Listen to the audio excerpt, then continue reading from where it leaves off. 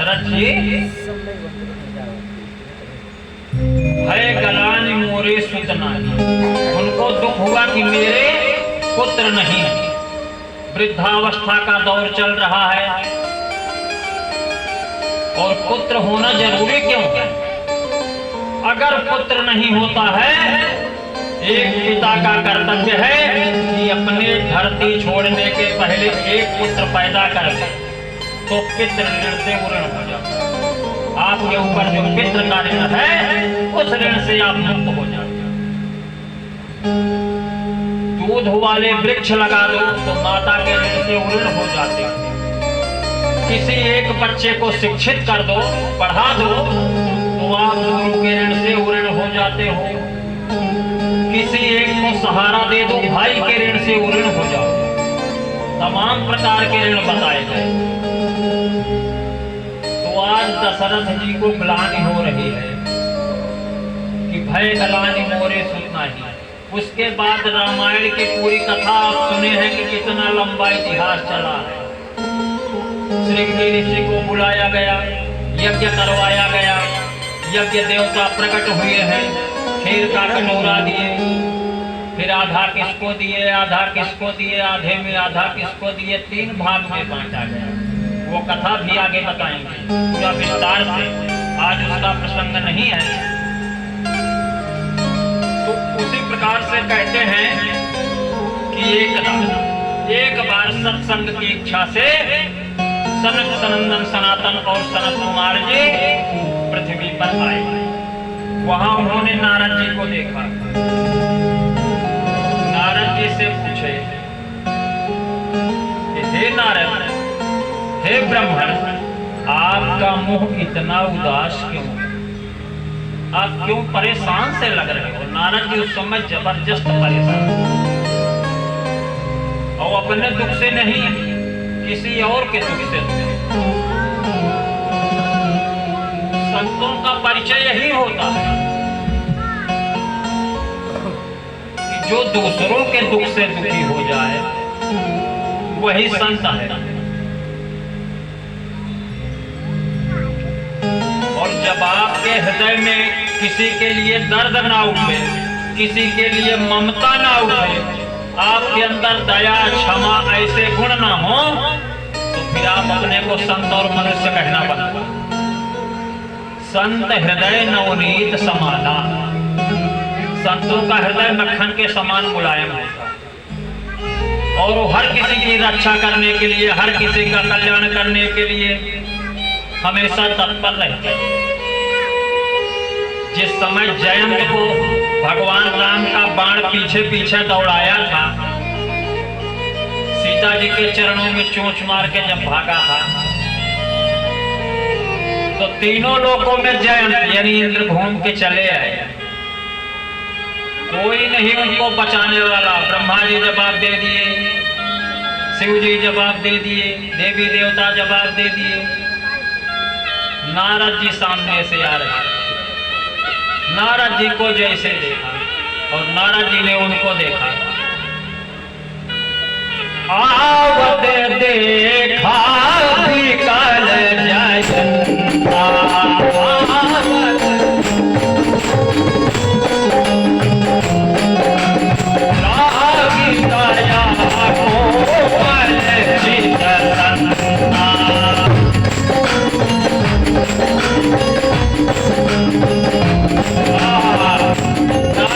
जैसे जयंत को बेचैन और विकल देखे,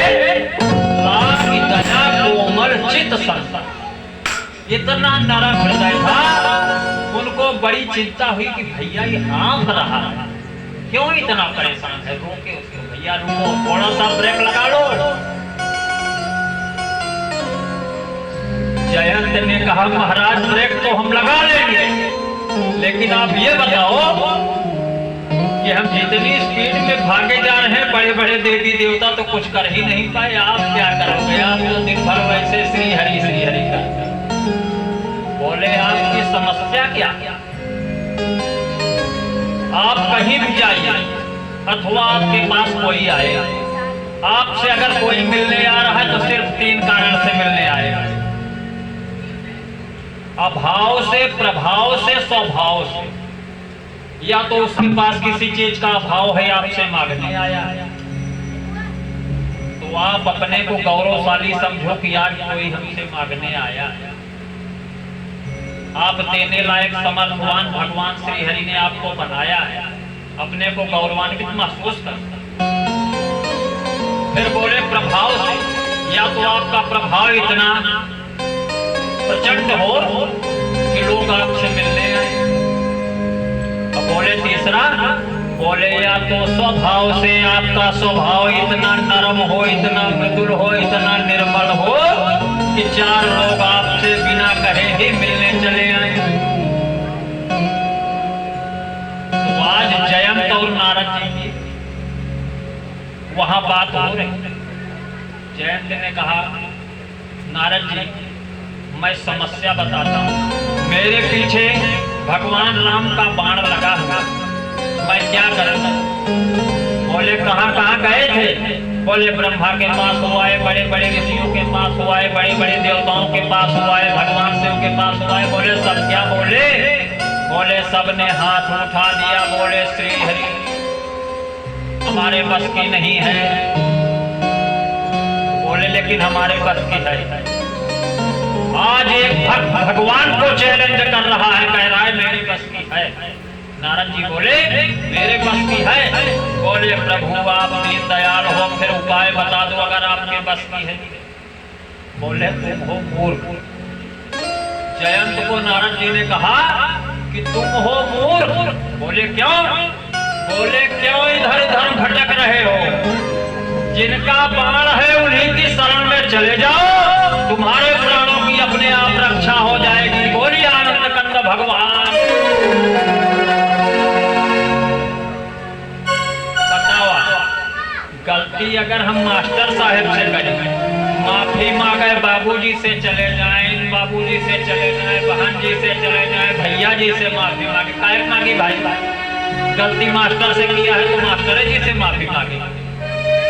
नहीं तो आप सीनियर हो, आपका कहा मान तो लेंगे, आपसे माफी मांगी गई तो संकोच में आके कि चलो हमारे बुजुर्ग हैं, श्रेष्ठ हैं, बड़े हैं, माफ कर देंगे। लेकिन इनके मन की जो गांठ लगी है आपके प्रति वो कभी नहीं। अगर इनसे ही माफी मांग लिया गया तो ग्रंथ खोल देंगे। कहते हैं जो मन का मैल है वो मिट जाएगा। हम कथा की ओर बढ़ते हैं। नारद जी ने कहा कि यहं तो पृथ्वी या तो ज्ञाता सर्वोत्तम मामिति पुष्करम च प्रयागम च काशीं गोदावरी तथा। नारद जी ने कहा कि मैं सारे लोकों में सबसे अच्छा लोक समझकर पृथ्वी लोक में आया, और है भी पृथ्वी लोक सबसे अच्छा। यहाँ आपको 6 ऋतुएं मिल जाती हैं, सारे सुख सुविधा के साधन मिल जाते हैं, और जिसकी जो इच्छा होती है उसको वो चीज यहाँ सुलभ हो जाती है। धर्म करने वालों को हमेशा धर्म की प्राप्ति होती है, अर्थ चाहने वालों को हमेशा अर्थ की प्राप्ति होती है, काम चाहने वालों को हमेशा काम मिलता है, और मोक्ष के प्राप्ति को मोक्ष मिलता है। तुलसीदास बाबा ने कहा जो इच्छा करी मन माही, प्रभु प्रताप कछु दुर्लभ नाही। बोले जो आप इच्छा करें, भगवान की कृपा से दुर्लभ कुछ भी नहीं, सब कुछ सुलभ। तो बोले हम सबसे अच्छा लोग समझ करके यहाँ आए। तो यहाँ से गए कहाँ? पुष्करम च प्रयागम च। बोले पुष्कर क्षेत्र। पुष्कर क्षेत्र भैया जी राजस्थान में है सर। आपकी रेलवे व्यवस्था वहां तक है। बोले वहां से हम तीर्थराज प्रयाग आए। सारे तीर्थों का राजा कहा जाता है। भारद्वाज मुनि का आश्रम भी भरद्वाज मुनि बसई प्रयाग। बोले वहां से हम काशी गए जहां आप स्वयं विराजमान हो। अगर इस धरती पे सबसे अच्छी कोई नगरी है तो काशी नगरी है। काशी से बढ़कर कुछ सब कुछ एक पलड़े में रख दीजिए और काशी को एक पलड़े में रख दीजिए। काशी नगरी का पलड़ा नीचे हो जाएगा, सारी नगरी का पलड़ा ऊपर।